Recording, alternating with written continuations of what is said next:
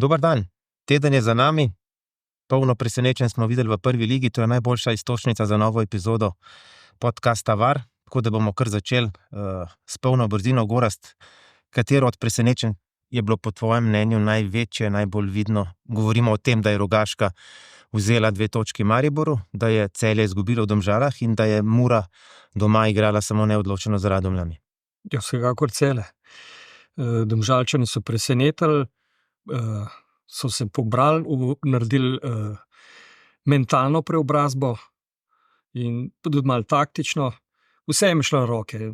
Celjska neučinkovitost, mogoče so Celjani že malo prevzetni vmes ratali, malih je pa tako kot vse favorizirane ekipe, ki gojijo, poskušajo igrati v nemogoče igrišče.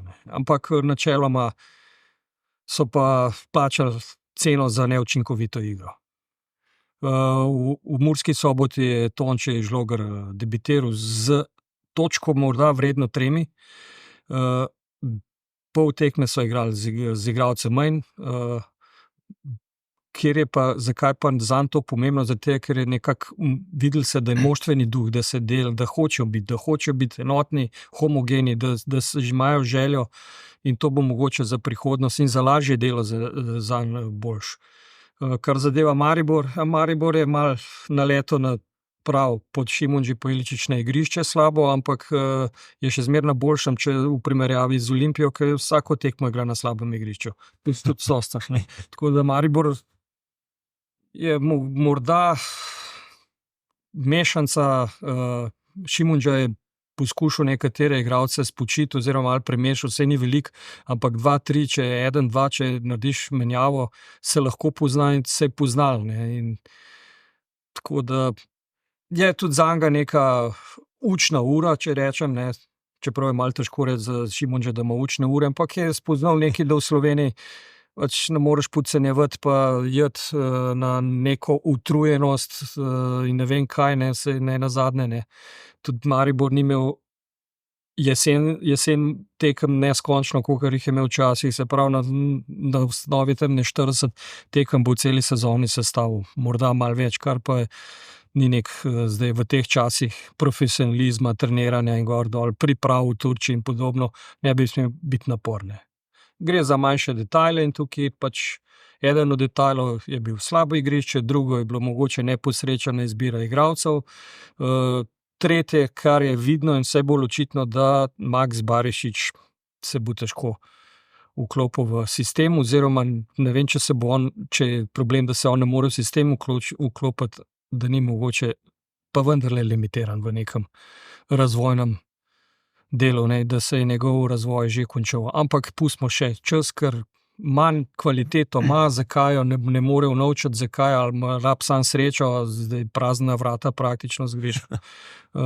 Morda se mu bo pa enkrat od kolena odbila v gol, ali pa asistenca lepa, pa bo zaživel, ampak zaenkrat Mariborčani so po dobrem štartu prvič resno naleteli, ki bo že proti Bravo je bilo videti, čeprav oni niso slabo igrali, ampak proti Bravo brez prvega napadalca, brez takoj poškodovanega Kavčiča, brez Štrausa, to so 3 igralci, ki so praktično nosilci Brava v dosedanjem delu, ne, in govor, da so vrhunski bili, ne, še tudi v redu, ne, sam, jaz mislim, da trener ki se mora zavedati, kaj je dejansko res, ne, spet bom rekel, jaz mislim, da Ante to ve. Siniša, je možno, da je na Maribor, oprosti, ko sem te prekinil, da je mogoče vplivala malo ta izguba energije ob igrišču zdaj v zadnjih dni, po tistem, ker če vzamemo ta 3 presenečenja, ne, Celje nekako se mi zdi, da ni najbolj začel prvenstva, drugega in mogoče je že nakazoval, da lahko nekaj kiksne, ne, ni bil brezhiben. Enako velja za Muro. Zdaj Maribor je pa vendarle bil najboljši doslej, kot Olimpija, ne? Največ točke zbral, če upoštevamo, da bi zmagal tudi v Murski Soboti, recimo, ki je že v sredi drugega polčasa 2-0 vodil, ne?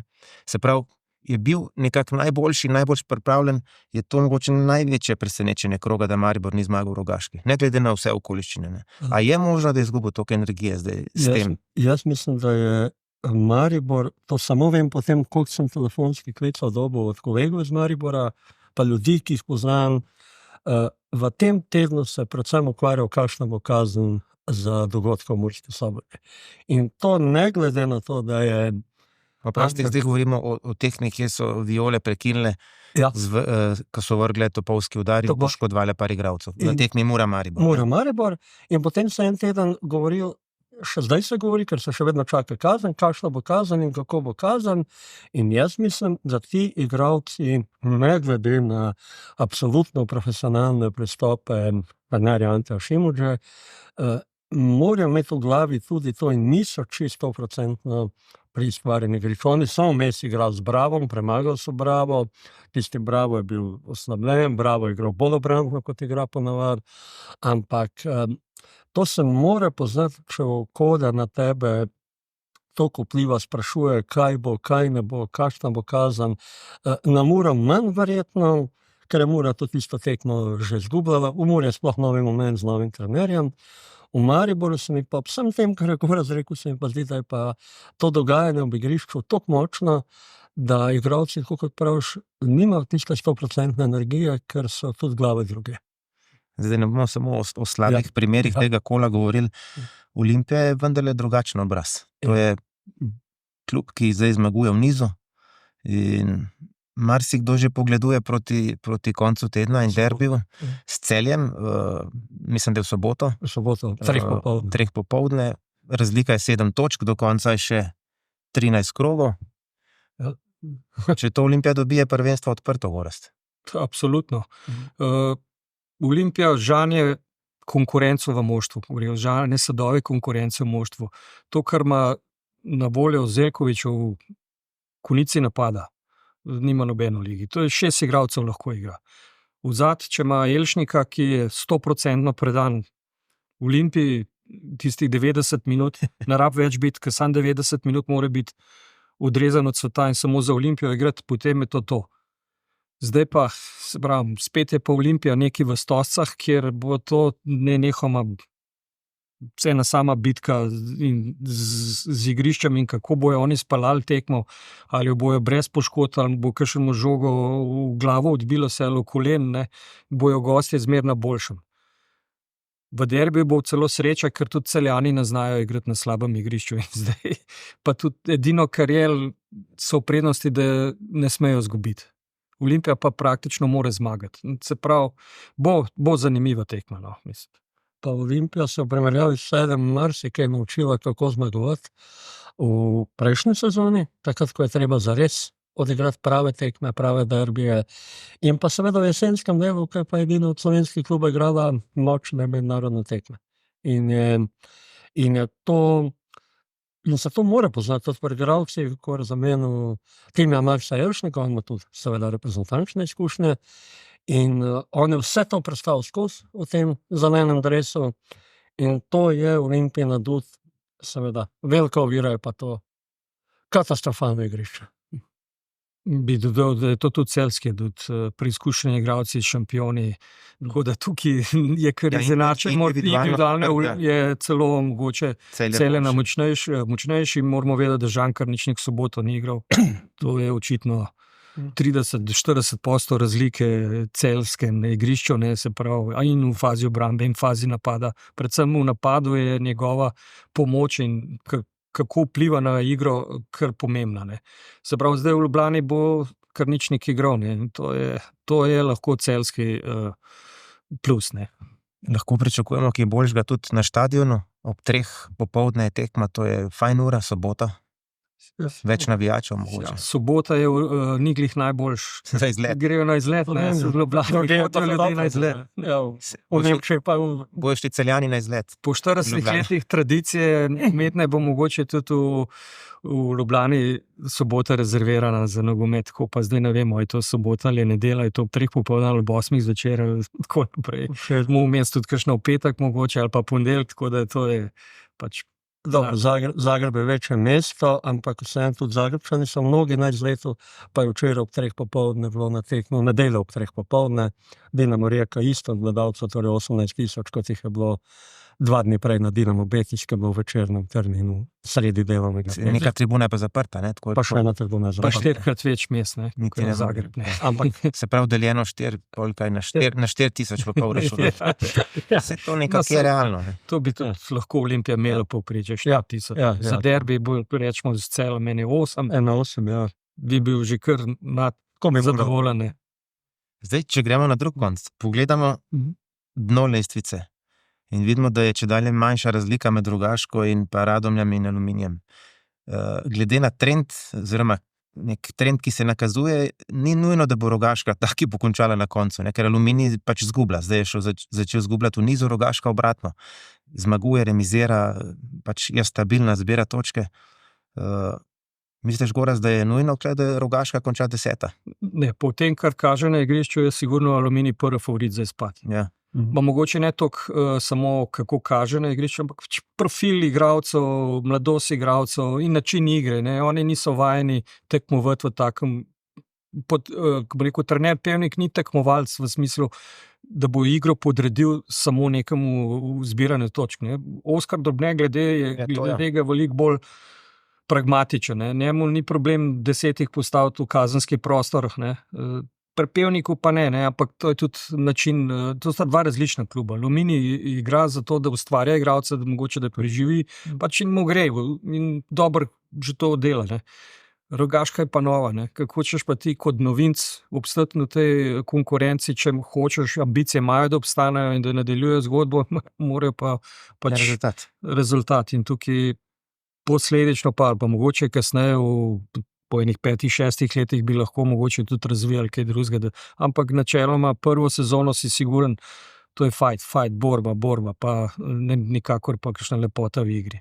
Tudi imajo malo grinte, ne? Recimo Oskar Drobne, njihov trener, je dosti cinično odgovoril Šimunži in pa Iličiću na probleme, domnevne probleme zaradi igrišča. Ne? Se pravi, niti zdaj bi bil tiho, vrne udarc, ne? Zna zbost, kar je pozitivno, ne? Na nek način. V ligi je to že ponavljalo že od prve tiste kazni.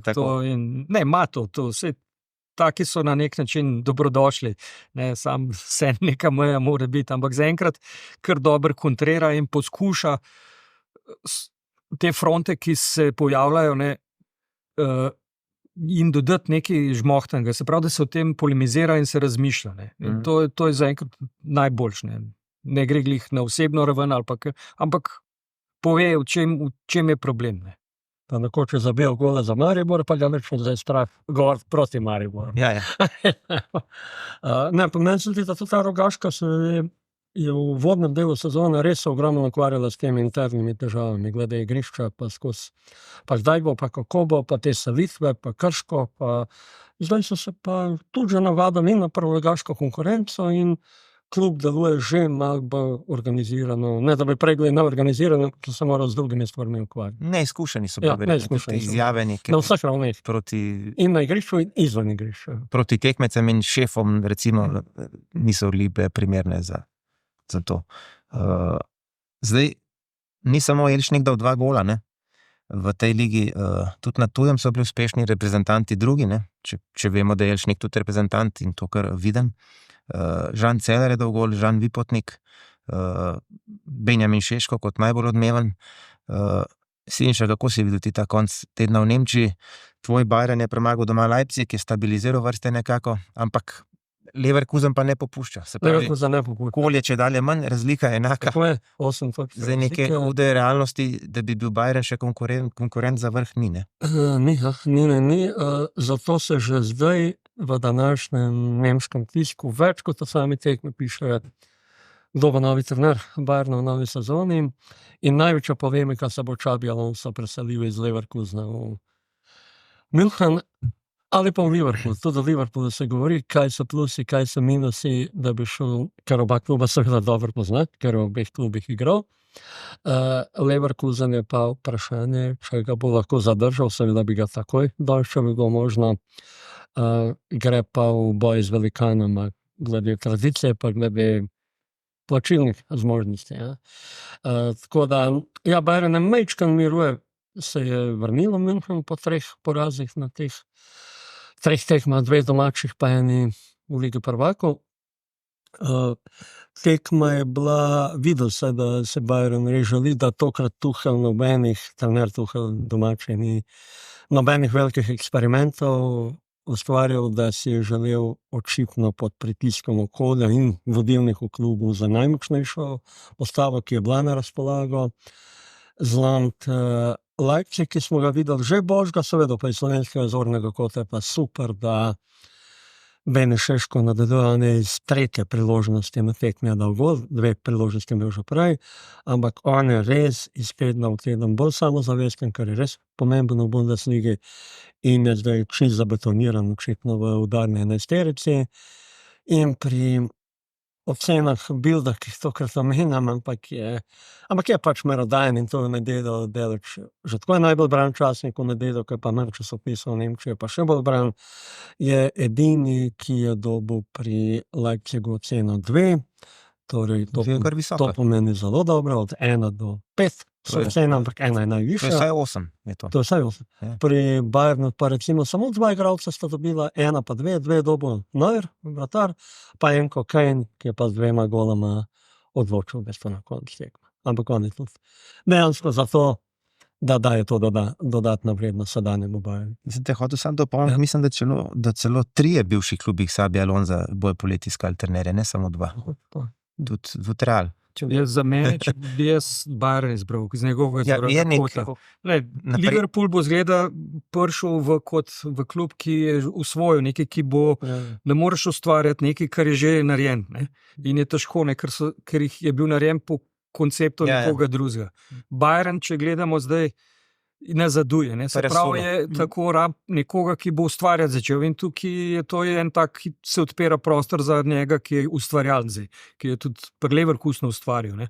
Zdaj je real, to pustimo zdaj, ne? To je spet zgodba druga, tam zgleda, je pomemben, je že druga politika, trener morda niti ni tako pomemben, sam da zna slediti pa prisluhniti neki politiki, ki jo pa klub goji in je zelo uspešna. Tako da, kar se pa naših strelcev tiče, ja, mislim, da bo Slovenija, če bo takole nadaljevala, bo imela tudi močen odmev v Evropi. Da 3 take napadalce, pri čemer je en star komi 21, drug 20, tretji pa pa šele prihaja, ni več mlad, pa tudi strne, koliko 24 ali koliko. To je vse.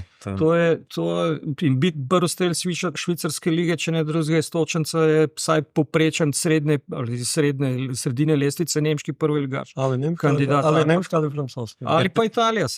Primer ti je recimo Andraž Špora, bil tudi v Švici.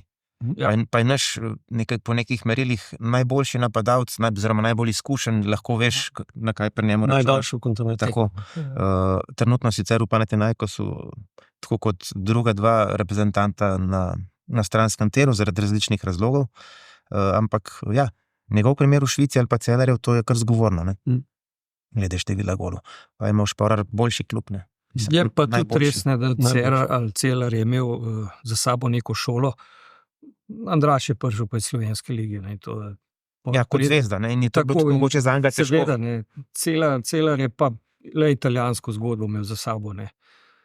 Je bilo samo vprašanje časa, morda kdaj bo v Švici se razstrelil. Za Andraža bi pa verjetno par let mogli počakati. Ne. Pač specifičen igralec. Imam še en cukrček za Gora za zadnje vprašanje, ki slih italijansko ligo omenil, ki ima rad zadnje zvezne igralce. Tam je zdaj v Bologni trener Thiago Motta. Daj to malo povej o tem, kako si to videl. Ja, ne, sem ga že prej spremljal, ker je bil tudi eden kandidatov za Inter trener. Sam je imel se eno epizodo pri Genovi, kratko, ampak ni bil edin, se tudi Ševčenko imel, pa to se poskušal, bohe, kaj je bilo takrat, ne. Ampak ima pa nek koncept, ne. Je ustvarjalec, kot vsi teli, ima videnje tekme, zna prebrati, ve, kdo zna, kdo ne zna, kaj lahko in če mu daš možnost, da ima kontinuiteto, da mu nagroziš z odstrelom po 3 porazih, je skoraj zagotovljen. Ne vem, rekel uspeh, zdaj ne vem, kaj je to uspeh za njih. Liga prvakov je za njih. Ja, če pride v Ligo prvakov, ne, ampak če pa rečemo, gre za celostno podobo, ali igrajo kvaliteten nogomet, ali so ljudje zadovoljni, ali igralci se razvijajo, vse. To je to. naslednji var bo verjetno še bolj zanimiv. Bomo govorili o zapletu ali razpletu državnega prvenstva. Na vrsti je namreč derbi Olimpija in Celje, tako da že jaz komaj čakam, kaj šele Gorazd in Siniša, ko vedno tako podrobno spremljata. Tako da hvala in lep pozdrav do naslednjič.